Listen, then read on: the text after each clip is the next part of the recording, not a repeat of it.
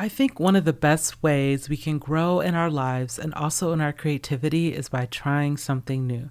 And I've definitely been trying something new this year by using more video to tell a story with my art and poetry.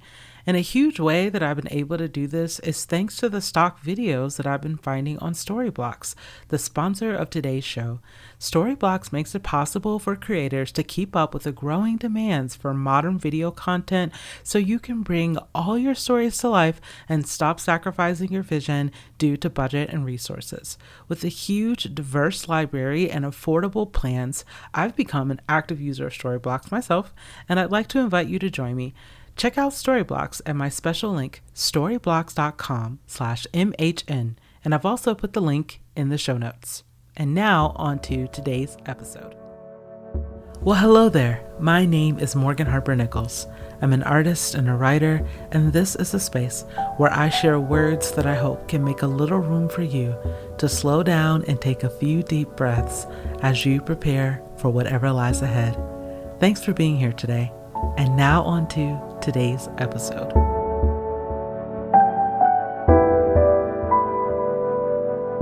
Years ago, I was teaching at a music camp where I was helping kids with their guitar skills. I've been playing guitar since I was 14 years old, and I was helping these middle and high schoolers figure out how to find their own unique style as guitar players. And quite a few of the kids in my class were also interested in playing songs that they could sing along to. However, I noticed that quite a few of them, when they got ready to sing and play, would give a disclaimer saying, "I'm not that great of a singer, I'm a terrible singer," and then they would go on to sing. And in every single case, when these kids got ready to sing, they actually sounded pretty good.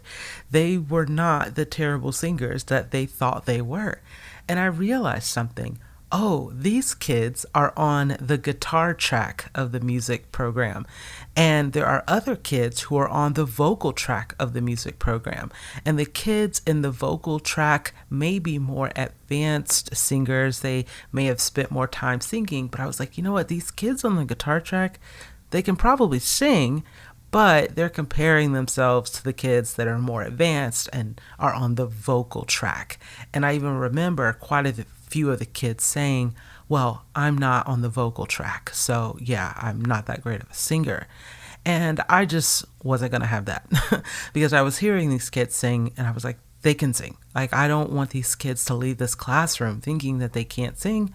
I'm a singer, I'm listening to them, and these kids can sing. So what I did was I incorporated an exercise into the other exercises that I was doing with the guitar players, and I had them focus on just singing vowels. So instead of worrying about singing a particular song or even doing vocal warm-ups, I just had them sing vowels. So I would have them play the G chord on the guitar, and I would have them sing on top of it, eh, eh, eh, eh, eh, eh, eh. And with every chord change, I would just have them keep singing that vowel over and over again. And I started to notice that all of these kids who were so nervous about singing and putting all these disclaimers out there about their voice were opening up. Their posture was changing. They were singing louder. They were singing with the other kids. They were laughing. They were enjoying themselves. And as I observed these kids all singing together and slowly gaining more confidence and comfortability with their voice, I discovered something. So often in life, we feel like we can't do something because we can't do it like someone else. We find someone that we consider more purposed or skilled for a task, or someone who's been working on it longer. And when we go to try it, if we don't sound like them, we think that we're not good at it. And we end up putting disclaimers on ourselves, and we end up limiting ourselves just because we've been given this message that other people can do it better. And sometimes that message isn't always like this really hard, outspoken, negative message. Sometimes it's subtle. It's just looking across the room, looking across the hall and seeing kids on the vocal track and then deciding, oh, they're the singers. It's looking at people on social media who have writer in their bio saying, oh, they're the storytellers. They're the people who have a voice. It's looking in our community and seeing the people who are council people or the mayor or some type of community organizer and saying, oh, they're the ones who make the difference. And just like that, we start to put disclaimers on things that we actually know how to do. We just might be in the beginning stages. We might just be at the point where we're learning how to be more comfortable and confident in sharing our voice. So what I hope we can do is find that vocal exercise where it's just focusing on singing the vowels. Maybe we don't have to have 3 pop ballads prepared right now. Maybe we can just focus on singing the vowels. Maybe if we're passionate about being more active in our community, we don't have to jump to running for mayor. Maybe we can start with how we can volunteer, even if it's in a small way that some might consider insignificant or not as important. But what we know is that we're just getting comfortable. We're just getting familiar with being out there more, with being more involved. We don't have to launch ourselves into the deep end. We're allowed to get out there and start small. And what I noticed with these kids is the next time they got ready to sing, they felt comfortable with just ad-libbing a little bit or just singing the chorus of the song and not worrying about trying to hit all of the high notes at the end of the song.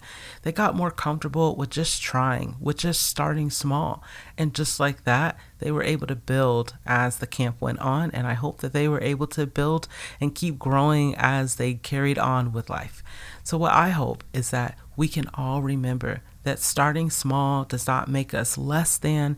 It doesn't make us insignificant. It doesn't mean that we don't have something that's worthy of sharing or worthy of giving. We're allowed to start small, and we don't have to put disclaimers on ourselves when we're starting small. Of course, we can always communicate and be vulnerable with other people and let them know that, yeah, I'm definitely really stepping out of my comfort zone with this, or I'm trying something new. But we don't have to consider ourselves as less than. We are allowed to engage in the process of learning, no matter what our skills are. No matter how we see others succeeding or performing well, we're allowed to engage also. So here's to breathing deep and allowing ourselves to engage in the process and be proud of where we are, no matter how small the start.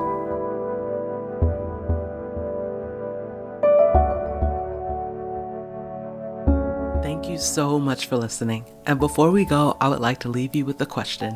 You can either journal about this or just carry it with you throughout the day. What in your life do you feel that you're not really good at, but you secretly want to try anyway? Thanks again for listening. I'm Morgan Harper Nichols.